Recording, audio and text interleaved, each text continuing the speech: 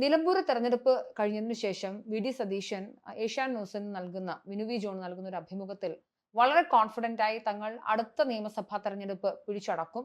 അതിന് പ്രഥമ നിരയിൽ തന്നെ കോൺഗ്രസിലെ മുതിർന്ന നേതാക്കളുണ്ട്. പക്ഷെ അതിനേക്കാൾ അതിശക്തമായ ഒരു ബി ടീം യുവജനങ്ങളുടെ ഒരു നിരയുണ്ട് എന്ന തരത്തിൽ പറയുന്നുണ്ടായിരുന്നു.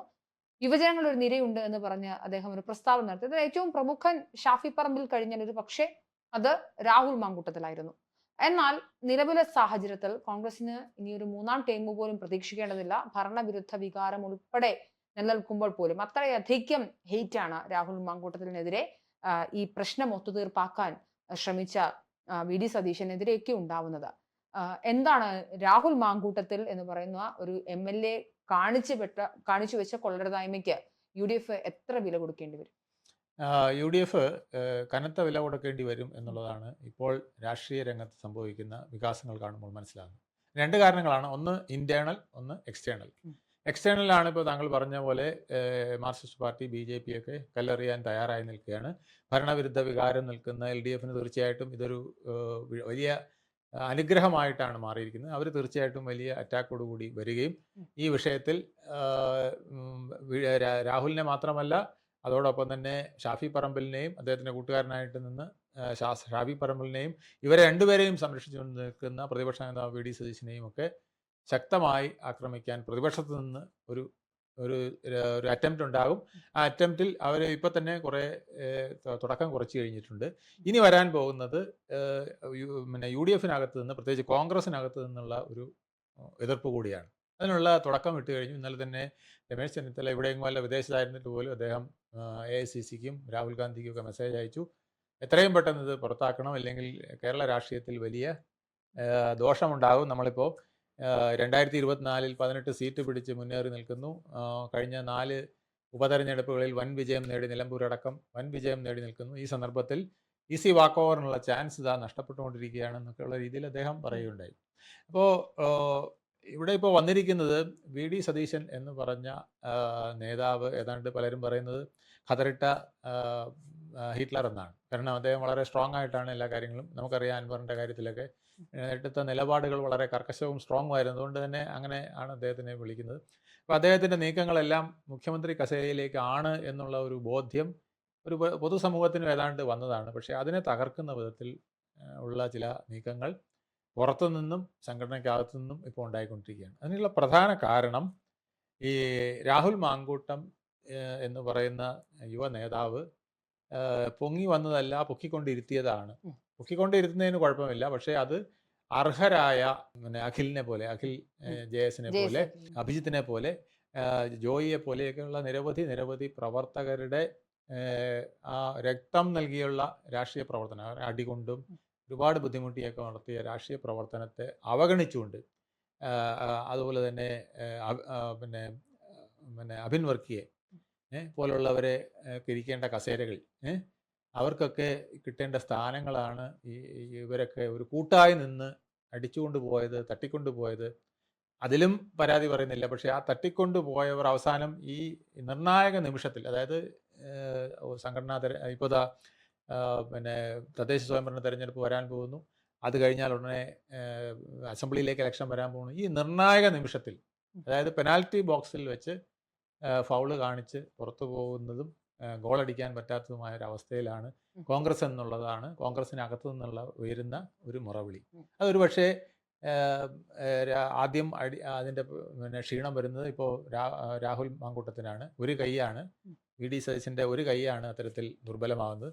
മറ്റൊരു കൈ എന്ന് പറയുന്നത് ഷാഫി പറമ്പിലാണ്. ഇതിനെല്ലാം കൂട്ടുനിന്ന് ഷാഫി പറമ്പിലാണെന്നും ഇയാളുടെ എല്ലാ ചെയ്തികളും കഴിഞ്ഞ 3-4 വർഷമായി അറിയാവുന്ന ഷാഫി പറമ്പിൽ മറ്റ് പലരെയും വെട്ടിനിരത്തിയിട്ട് ഇങ്ങോട്ട് കൊണ്ടുവരികയാണെന്നും, പാലക്കാട് ഡോക്ടർ സരീൻ അടക്കമുള്ളവർ മത്സരിക്കാൻ നിന്നപ്പോൾ അതിനെ എല്ലാം വെട്ടിനിരത്തി, ഡിസ്ട്രിക്ട് കമ്മിറ്റി കൊടുത്ത പേരുകളെല്ലാം വെട്ടിനിരത്തി, എന്നിട്ട് ഇയാളെ കൊണ്ടുവന്ന് അവിടെ അവരോധിച്ചത് എൻ്റെ ആൾ വെക്കുക എന്നും, എനിക്ക് ആവശ്യം വന്നാൽ മാറിക്കൊടുത്തിട്ട് എനിക്കവിടെ പിന്നെ മന്ത്രിസഭ ഉണ്ടാകുന്ന കാലത്ത് മന്ത്രിയാവാനോ ഒക്കെ ഇവിടെ സൗകര്യം ഉണ്ടാക്കണം എന്നൊക്കെ പറഞ്ഞ് ചെയ്തതാണെന്നൊക്കെ പറഞ്ഞ് ഒരുപാട് പ്രശ്നങ്ങൾ ഇന്ന് യൂത്ത് കോൺഗ്രസിനകത്തും കോൺഗ്രസിനകത്തും നടന്നുകൊണ്ടിരിക്കുകയാണ്.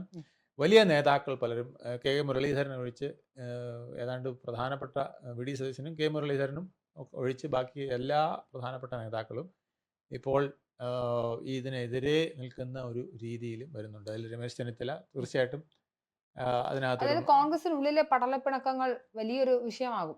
വലിയ വിഷയമാകും. ഇത് എല്ലാ കാലത്തും ഇങ്ങനെയാണ്. കോൺഗ്രസിനകത്ത് പടലപ്പിണക്കങ്ങൾ വളരെ വലുതാണ്. ഉം.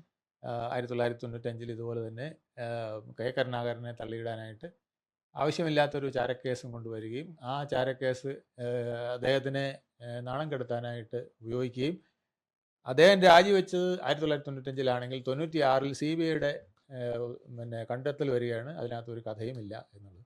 പക്ഷേ പോകാനുള്ളത് പോയി, നഷ്ടപ്പെടാനുള്ളത് നഷ്ടപ്പെട്ടു. അദ്ദേഹത്തിൻ്റെ അത് അന്ന് ആന്റണി കരുണാകരൻ ഗ്രൂപ്പുകളാണെങ്കിൽ അതിൻ്റെ പിന്നിൽ കളിച്ചത് അന്നത്തെ യുവ നേതാക്കളൊക്കെയാണ്. അതിൽ ഉമ്മൻചാണ്ടി ഉൾപ്പെടെയുള്ളവർക്ക് അതിനകത്ത് പങ്കുണ്ട്. ഇപ്പോൾ ഇന്ന് ഉമ്മൻചാണ്ടിക്ക് കിട്ടിയ തിരിച്ചടിയുടെ കഥയായിട്ട് പലരും പറയുന്നത് അന്ന് കരുണാകരന് കൊടുത്തതിൻ്റെ തിരിച്ചടിയാണ് ഇപ്പോൾ കിട്ടിയതെന്നൊക്കെ പലരും പറയുന്നുണ്ട്. അന്ന് അദ്ദേഹത്തിനെ അനാവശ്യമായി ആരോപിച്ചു, അത് ഇന്ന് തിരിച്ചു കിട്ടി എന്നൊക്കെ പറഞ്ഞ് അദ്ദേഹത്തിനെ അന്ന് പലരും വിമർശിക്കുകയൊക്കെ ഉണ്ടായിട്ടുണ്ട്. എന്തായാലും കോൺഗ്രസിനകത്തെ രാഷ്ട്രീയം ഇങ്ങനെയാണ്. എല്ലാ കാലത്തും രണ്ട് ഗ്രൂപ്പുകൾ അല്ലെങ്കിൽ രണ്ടിൽ കൂടുതൽ ഗ്രൂപ്പുകൾ, ആ ഗ്രൂപ്പുകൾ തമ്മിലുള്ള സംഘടനകൾ, അത് സംഘടനാപരമായ ഐക്യത്തിലേക്ക് പോകാനുള്ള സാധ്യത ഇല്ലാതെ വരുന്നത് ഒക്കെ ഉണ്ട്. ഇനി അൻവറിൻ്റെ ഫാക്ടർ ഇനിയിപ്പോൾ വരാനിരിക്കുന്നു. അൻവർ ഇനി എന്ത് പറയുമെന്നറിയില്ല. രാഹുൽ മാങ്കൂട്ടത്തിൽ നിലമ്പൂർ ഇലക്ഷൻ്റെ സമയത്ത് രാത്രി ഇരുട്ടിൻ്റെ മറവിൽ തലയിൽ മുണ്ടിട്ട് അൻവറിനെ കാണാൻ പോയത് അൻവറിന് ഇത്തരം രഹസ്യങ്ങൾ അറിയാമായിരുന്നു. അത് പുറത്ത് പറയരുത്, ഞാൻ വി.ഡി. സതീശൻ്റെ കൂടെ നിൽക്കുന്നത് കൊണ്ട് അദ്ദേഹത്തിനോടുള്ള വ്യക്തിവിരോധം എന്നിലേക്ക് ചാർത്തരുതേ എന്ന് പറയാനാണെന്നാണ് ഇപ്പോഴത്തെ കഥ. അപ്പോൾ അൻവർ ഇനി ഒരുപക്ഷെ അദ്ദേഹത്തിന് UDF അർഹമായ സ്ഥാനം കിട്ടിയില്ലെങ്കിൽ എങ്ങനെ പ്രതികരിക്കുമെന്ന് പറയാൻ പറ്റില്ല. അതെല്ലാം രാഷ്ട്രീയം കുറെ കൂടെ അശ്ലീലമായ രാഷ്ട്രീയം കുറെ കൂടെ അശ്ലീലമാകാനുള്ള, മലീമസമാകാനുള്ള സാധ്യതയാണ് കാണുന്നത്. ഇത് കേരളത്തിലെ രാഷ്ട്രീയത്തിൽ ഇപ്പോൾ ഉണ്ടായിരിക്കുന്ന കോൺഗ്രസ് സാർ, അതായത് ഈ പെണ്ണ് കേസുകൾ വരുമ്പോൾ അത് UDF-കാർ മാത്രമാണ് ആ പെണ്ണ് കേസ് ആരോപണങ്ങളിൽ ഏറ്റവും കൂടുതൽ പ്രശ്നങ്ങളിലേക്ക് പോകുന്നതായി കാണുന്നത്. മറ്റുള്ള ആളുകൾക്കുണ്ട്, ഇല്ല എന്നല്ല. അത് മുകേഷിനുണ്ട്, P. ശശിക്കുണ്ട്. പക്ഷെ അത് പാർട്ടിക്കുള്ളിൽ തന്നെ ഒതുക്കി തീർക്കുകയും രാജിവെക്കേണ്ടതില്ല എന്നൊരു പാർട്ടി ഒരു തീരുമാനമെടുത്താൽ അണികൾ ഉൾപ്പെടെ അതങ്ങനെ നിൽക്കുന്ന ഒരു സാഹചര്യവും, തിരിച്ച് കോൺഗ്രസിന്റെ മേലെയാണ് ഒരു പെണ്ണ് കേസ് വന്നാൽ കോൺഗ്രസ് സമഗ്രമായി വലിയൊരു പ്രതിസന്ധിയിലേക്ക് പോവുകയും ചെയ്യുന്ന ഒരു കാഴ്ചയാണ്. അതെന്തുകൊണ്ടാണ് അങ്ങനെ സംഭവിച്ചത്? അത് LDF-നകത്ത് പാർട്ടിക്ക് കോടതിയുണ്ട്, പാർട്ടിക്ക് പോലീസുണ്ട് എന്നൊക്കെ പറയില്ലേ, അതുപോലെ അതിനകത്തൊരു ഉരുക്കുമുഷ്ടിയുണ്ട്. കോൺഗ്രസിനകത്ത് അത്തരം ഒരു ഉരുക്കുമുഷ്ടിയില്ല. കോൺഗ്രസ് ദുർബലമാണ് ആ കാര്യത്തിൽ, സംഘടനാപരമായി ദുർബലമാണ്. അത് ഇപ്പോൾ അത് കൂടുതൽ മനസ്സിലാക്കിയിരിക്കുന്നത് പിന്നെ നമ്മുടെ കേന്ദ്ര ആഭ്യന്തരമന്ത്രി അമിത്ഷായാണെന്നുള്ളതാണ്. അമിത്ഷാ BJP-കാരോട് പറഞ്ഞിരിക്കുന്നു, നിങ്ങൾ ദുർബലമായി നിന്നാൽ കേരളത്തിൽ നിലനിൽക്കാൻ ഒക്കില്ല. കാരണം LDF വളരെ ശക്തമായിട്ട് അക്രമ രാഷ്ട്രീയത്തിലൂടെ, വിരട്ടലിലൂടെ ജനങ്ങളെയും സംവിധാനങ്ങളെയും പിടിച്ചമർക്കുന്ന രീതി കാണിക്കുകയാണ്. അതിനെ നിങ്ങൾ ആ രീതിയിൽ പ്രതിരോധിച്ച് ജനങ്ങൾക്ക് ധൈര്യം നൽകുക, അണികൾക്ക് ധൈര്യം നൽകാനുള്ള ബാധ്യത നിങ്ങൾക്കുണ്ട് എന്ന് ഇപ്പോൾ അമിത്ഷാ കണ്ടെത്തിയിരിക്കുന്നു. അതുകൊണ്ടാണ് സദാനന്ദൻ മാസ്റ്ററെ പോലുള്ളവരെ MP ആക്കി അവർ കൊണ്ടുവന്നിരിക്കുന്നത്. ഒരു രക്തസാക്ഷി പരിവേഷം ഉള്ള മാർക്സിസ്റ്റ് അക്രമത്തിന് വിധേയമായ രക്തസാക്ഷി പരിവേഷമുള്ള ഒരാളെ കൂടെ കൊണ്ടുവന്നിരിക്കുന്നതിനാണ്. ഇതാണ് കേരളത്തിൽ നടക്കുന്ന രാഷ്ട്രീയമെന്നും ഇത് ഭൂഷണമല്ലെന്നും ഒക്കെ BJP-കാർക്ക് ഇപ്പോൾ തോന്നി തുടങ്ങിയിട്ടുണ്ട്. കോൺഗ്രസ്സുകാർക്ക് ഇപ്പോഴും തോന്നി തുടങ്ങിയിട്ടില്ല എന്നുള്ളതാണ്. കോൺഗ്രസിൻ്റെ അകത്തുനിന്ന് തന്നെ ഇതിനുള്ള പടലപ്പിണക്കങ്ങളും വിഷയങ്ങളും ഉണ്ടായിക്കൊണ്ടിരിക്കുകയാണ്. അതേസമയം മറ്റു പാർട്ടികൾ അത് ഉണ്ടാകുന്നില്ല.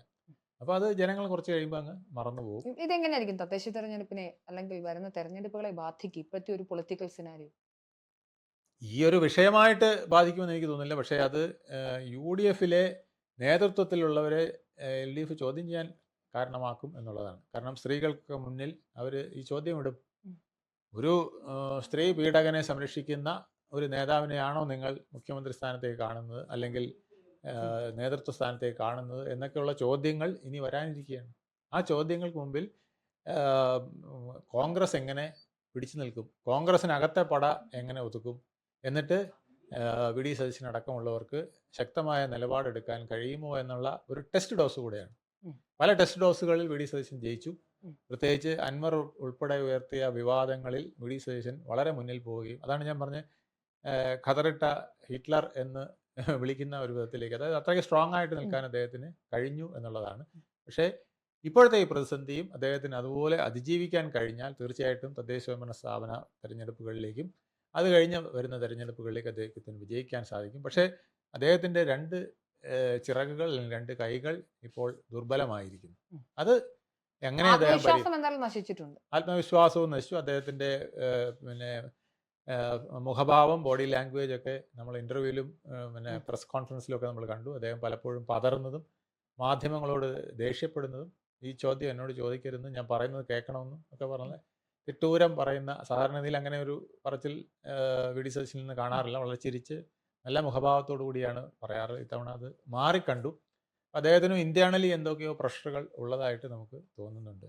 അത് തീർച്ചയായിട്ടും അദ്ദേഹത്തിന് അതിജീവിക്കാൻ കഴിയും എങ്കിൽ മുന്നോട്ട് പോയി ഈ തദ്ദേശ സ്വയംഭരണ സ്ഥാപന തെരഞ്ഞെടുപ്പിലൊക്കെ മികച്ച വിജയം നിലനിർത്താൻ കഴിയും. അത് നിലനിർത്തിയാൽ ഒരുപക്ഷെ പിന്നീട് അദ്ദേഹത്തിന് വലിയ പ്രശ്നം ഉണ്ടാവാൻ വഴി 26ലേക്കുള്ള വഴി എളുപ്പമായിരിക്കും. അത് രണ്ടാമത്തെ ടെസ്റ്റ് ഡോസാണ്. നിലമ്പൂരിൽ അദ്ദേഹം ഉപതെരഞ്ഞെടുപ്പിൻ്റെ സമയത്ത് എന്ത് ടെസ്റ്റാണോ അദ്ദേഹം പിന്നെ ഫേസ് ചെയ്ത്, അതേ ഒരു പൊളിറ്റിക്കൽ ടെസ്റ്റ് ഇപ്പോൾ തദ്ദേശ സ്വയംഭരണ സ്ഥാപന തെരഞ്ഞെടുപ്പിൻ്റെ സമയത്ത് അദ്ദേഹത്തിന് മുന്നിൽ വന്നിരിക്കുകയാണ്. അതിൽ അദ്ദേഹത്തിൻ്റെ ആത്മബലം, പിന്നെ ഉദ്ദേശശുദ്ധി, അദ്ദേഹത്തിൻ്റെ പൊളിറ്റിക്കൽ വിഷൻ, അദ്ദേഹത്തിൻ്റെ പിന്നെ ജനങ്ങളോടുള്ള പ്രതിബദ്ധതയൊക്കെ ഇപ്പോൾ പ്രകടമാക്കാൻ കഴിഞ്ഞാൽ, അങ്ങനെ ഈ തദ്ദേശ സ്വയംഭരണ സ്ഥാപന തെരഞ്ഞെടുപ്പിൽ ഒരു വൻ വിജയം കോൺഗ്രസിന് ഉണ്ടാവാൻ കഴിഞ്ഞാൽ 26 പിന്നെ എളുപ്പമായിരിക്കും. ഇല്ലെങ്കിൽ കഠിനമെൻ്റെ അയ്യപ്പ എന്ന് പറയേണ്ടി വരും.